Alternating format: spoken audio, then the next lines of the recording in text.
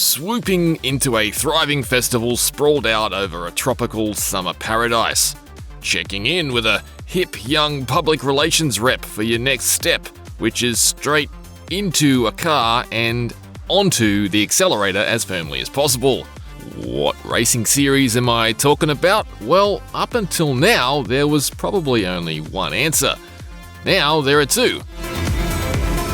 After experimenting with an illegal underground street racing premise in the 2014 original and pivoting to a sanctioned TV show racing format for the Crew 2 in 2018, developer Ivory Tower has flipped the script yet again for the Crew Motorfest.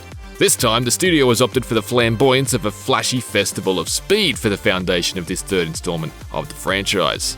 It is said that imitation is the sincerest form of flattery. But if there was any more Forza Horizon DNA in the opening phase of the Crew Motorfest, Playground Games might consider asking for a paternity test.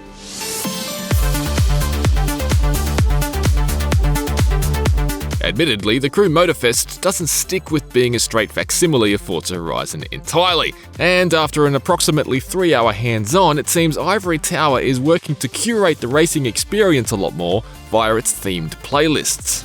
The playlists, each of which could be described as a mini-campaign of themed racing and driving challenges, do appear to be loosely similar to Forza Horizon's Horizon Stories. That is, they place players in specific cars to complete certain objectives, and generally teach us trivia about the history of these vehicles in the process.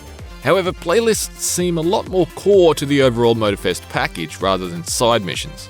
Wow, that's some pro driving here. There will be 15 of these playlists available in Motorfest upon launch. Several of these playlists were available in our initial preview last month. These include Made in Japan, which highlights fan-favourite Japanese sports cars and boasts a late-night neon aesthetic befitting its underground street racing origins. There's also Off-Roading Addict, which naturally takes place in the most rugged sections of the map, and Motorsports, which introduces tyre wear and pit stops to the equation. Vintage Garage focuses on cars from the 50s through to the 80s, and Automobili Lamborghini takes you through the history of the iconic manufacturer. However, a handful of others were available in this heftier slice of Motorfest, including Hawaii Scenic Tour, which feels like a decent introductory package to get a better taste of the map following the scripted prologue, as it explores Oahu itself rather than the cars involved. Take a look at that island over there. That's Molokai.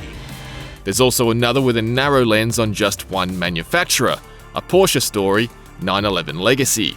As you can likely tell, 911 Legacy focuses purely on the history of the 911 and highlights a handful of the most memorable versions of the model, from offshoots like the 911 GT1 to the 959 Rally Car and the GT3 RS to the completely cup-holderless Turbo 3.6.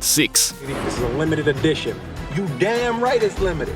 No cup holder, no back seat, just a shiny with 2 chairs in it. Progress through the playlists will unlock what Motorfest calls the main stage, which is another tier of events that will be changed monthly.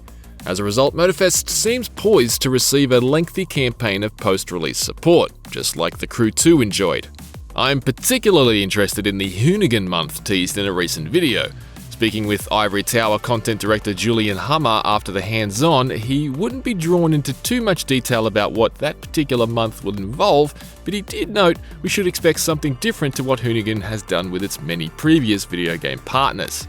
Hummer also said that expanding the breadth of where the crew's vehicles come from around the globe is another area they're seeking to expand. So hopefully we'll see some cars from countries that don't usually get a lot of love from most racing games. While the Fast Fav system introduced in the Crew 2 was not active in our demo last month, it was available in this build. This meant we were able to switch between air, sea and land vehicles with the push of a button. Ivory Tower had already confirmed that boats and aircraft were making a reappearance in Motorfest during the announcement, but it was nice to get back in the air after tweaking the default flying settings. There's an aircraft handling assist that automatically locked some of the flight axes, but the flying feels far better with it toggled off.